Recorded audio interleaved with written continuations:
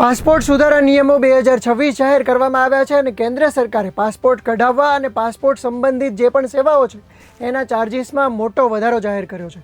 ગુજરાત સમાચારના digital platforms પર હું છું મયુર. આજના વિડીયોમાં તમને વાત કરીશ કે પાસપોર્ટ સંબંધિત કયા નિયમો હવે બદલાઈ રહ્યા છે. તો મિત્રો, સૌથી પહેલાં તો તમારે એ જાણવું જોઈએ કે પાસપોર્ટ બનાવવાની ફીમાં હવે વધારો થયો છે, જે 1 જુલાઈથી લાગુ થવાનો છે. એટલે કે 1 જુલાઈ પછી તમને નવો પાસપોર્ટ બનાવવો મોંઘો પડી શકે છે. સામાન્ય કેટેગરીમાં 36 પેજના પાસપોર્ટની ફી જે અગાઉ 1500 હતી હવે વધારીને 2500 કરવામાં આવી છે. તો તત્કાલ કેટેગરીમાં 36 પાનાના પાસપોર્ટની ફી જે અગાઉ 3500 હતી હવે વધારીને 5000 કરી દેવાઈ છે.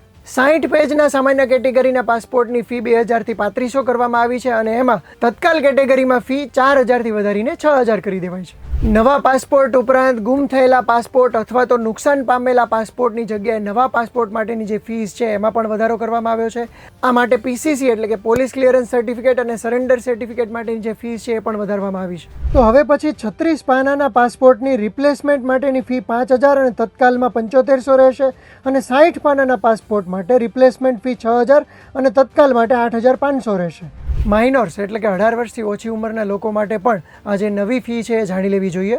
તો માઇનોર્સના 36 પાનાના નવા પાસપોર્ટ માટેની ફી છે 1750, જો તત્કાલમાં કરાવો તો 4250 અને માઇનોર્સ માટે ખોવાઈ ગયેલા કે ક્ષતિગ્રસ્ત પાસપોર્ટની જે ફી છે રિપ્લેસમેન્ટ ફી એ 4250 અને તત્કાલમાં 6750 છે. આ સાથે સરકારે સ્પષ્ટતા પણ કરી છે કે પાસપોર્ટની ફીમાં વધારો થયો છે, માન્યતાના નિયમોમાં કોઈ ફેરફાર નથી થયો. તમારો પાસપોર્ટ અગાઉની જેમ 10 વર્ષ માટે માન્ય રહેશે અને માઇનોર્સ માટે 5 વર્ષ અથવા તો 18 વર્ષની ઉંમર સુધી માન્ય રહેશે. મિત્રો, તાજેતરમાં સરકાર દ્વારા કહેવામાં આવ્યું હતું કે પાસપોર્ટ એ ભારતીયોની નાગરિકતાનો પુરાવો નથી. આ બાબતને લઈને પણ ઘણો બધો વિવાદ થયો હતો. ત્યારબાદ ફરીથી એવું કહેવામાં આવ્યું કે આ વાત કોઈ નવી નથી, વર્ષોથી આ ચાલી આવે છે, પાસપોર્ટને નાગરિકતાનો પુરાવો ન ગણી શકાય. તો આ વિવાદ અને પાસપોર્ટ નિયમો 2026 વિશે તમારું શું માનવું છે? તમને આ નિયમો કેવા લાગ્યા અમને કોમેન્ટ કરીને જણાવજો અને આ જ પ્રકારના ઇન્ફોર્મેટિવ વિડીયોઝ માટે ગુજરાત સમાચાર જોતા રહેજો.